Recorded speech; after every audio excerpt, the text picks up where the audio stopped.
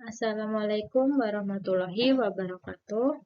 Perkenalkan, nama saya Selvia Nurhayati dengan nomor induk mahasiswa 196651024 dari kelas 7A Akuntansi Manajerial. Di sini saya akan membahas biaya mutu dan produktivitas, pengukuran, pelaporan, dan pengendalian pada mata kuliah akuntansi manajemen lanjutan. Definisi kamus umum untuk mutu adalah derajat atau tingkat kesempurnaan. Hal ini, mutu adalah ukuran relatif dari kebendaan mutu produk atau jasa, sesuatu yang memenuhi atau melebihi ekspektasi pelanggan dalam 8 dimensi.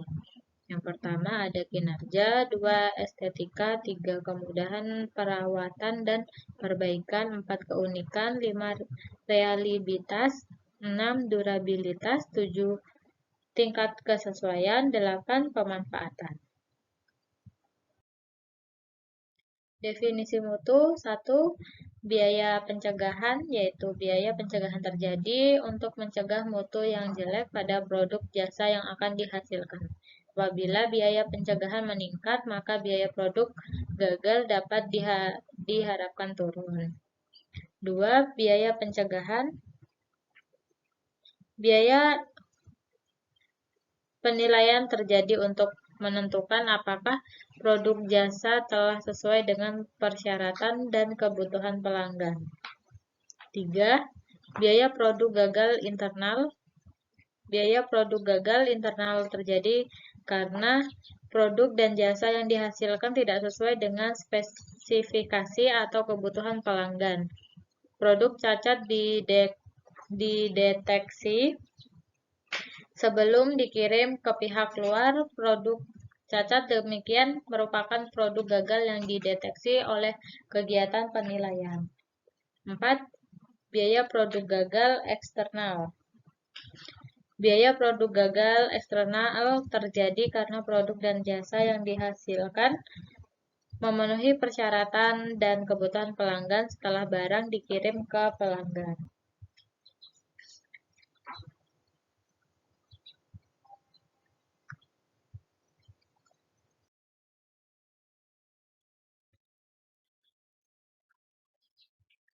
Mengukur biaya mutu.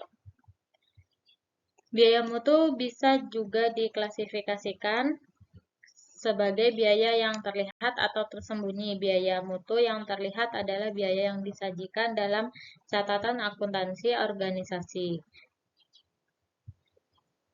Pelaporan informasi biaya mutu. Langkah pertama dan yang paling sederhana untuk menciptakan sistem semacam itu adalah menilai biaya mutu aktual berjalan. Pencatatan secara rinci biaya mutu aktual berdasarkan kategorinya memberi 2 manfaat penting. Pertama,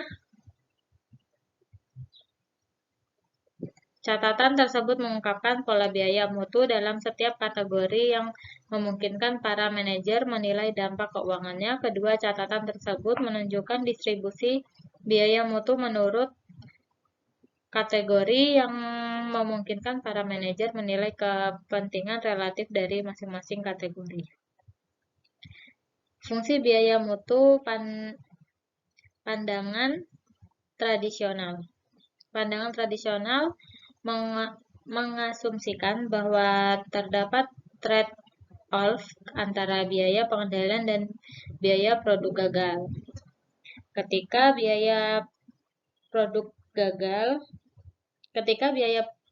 biaya pengendalian meningkat, biaya produk gagal harus turun. Selama penurunan biaya produk gagal lebih besar daripada kenaikan biaya pengendalian, perusahaan harus terus meningkatkan usahanya untuk mencegah atau mendeteksi unit-unit yang cacat.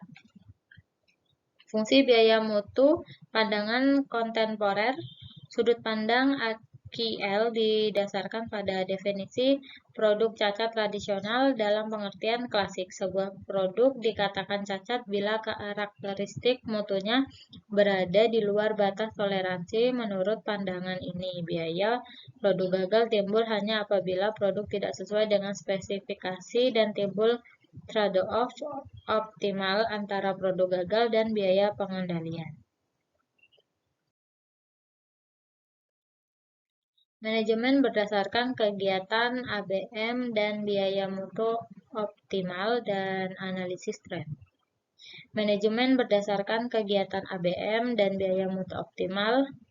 Manajemen berdasarkan kegiatan ini mengklasifikasikan berbagai kegiatan sebagai bernilai tambah dan tidak bernilai tambah serta hanya mempertahankan kegiatan yang bernilai tambah. Prinsip ini dapat diaplikasikan pada kegiatan-kegiatan yang berkaitan dengan mutu. Analisis tren, laporan biaya mutu menyajikan jumlah dan distribusi biaya mutu di antara keempat kategori sehingga mencerminkan peluang untuk perbaikan mutu. Setelah ukuran perbaikan mutu ditentukan, perlu ditetapkan apakah biaya mutu telah berkurang sebagaimana telah direncanakan. Laporan biaya mutu tidak akan memperlihatkan apakah perbaikan mutu telah terjadi atau tidak. Penggunaan informasi biaya mutu, tujuan utama laporan biaya mutu adalah untuk memperbaiki dan mempermudah perencanaan, pengendalian, dan pengambilan keputusan manajerial. Sebagai contoh, untuk memutuskan implementasi program seleksi pemasok dalam rangka memperbaiki mutu bahan baku, seorang manajer perlu melakukan penilaian terhadap biaya mutu saat ini menurut item dan kategori, penilaian biaya tambahan yang berkaitan dengan program, serta penilaian terhadap penghematan yang diproyeksikan oleh item dan kategori.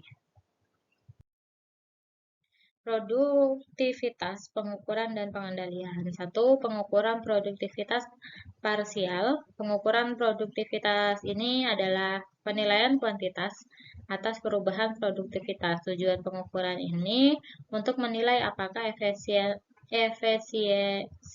efisiensi produktif meningkatkan atau menurun. 2. Definisi pengukuran produktivitas parsial. Produktivitas input tunggal biasanya diukur dengan menghitung rasio output terhadap input output. Karena produktivitas hanya merupakan salah satu input yang sedang diukur, maka ukuran tersebut pengukuran produktivitas parsial. 3. Ukuran parsial dan pengukuran perubahan efisiensi produktif. Untuk mengukur perubahan produktivitas, ukuran produktivitas berjalan aktual dibandingkan dengan ukuran produktivitas periode awal. Periode awal ini disebut periode dasar dan menjadi acuan atau standar bagi pengukuran perubahan efisiensi produktif. Pengukuran total produktivitas. Seluruh input disebut pengukuran total produktivitas. Dalam praktek, mengukur pengaruh seluruh input mungkin tidak diperlukan. Dua pendekatan yang telah memperoleh beberapa pengangkatan adalah pengukuran profil measurement dan pengukuran produktivitas yang berkaitan dengan laba. Komponen pemulihan harga, selisih antara perubahan laba total dan perubahan produktivitas terkait laba disebut komponen pemulihan laba. Komponen ini adalah perubahan pendapatan dikurangi perubahan biaya input dengan asumsi tidak ada perubahan produktivitas. Karena itu, komponen pemulihan harga mengukur kemampuan perubahan pendapatan penutup perubahan biaya input dengan asumsi tidak ada perubahan produktivitas. Baik, mungkin itu saja yang dapat saya sampaikan. Kurang dan lebihnya saya mohon maaf. Wassalamualaikum warahmatullahi wabarakatuh.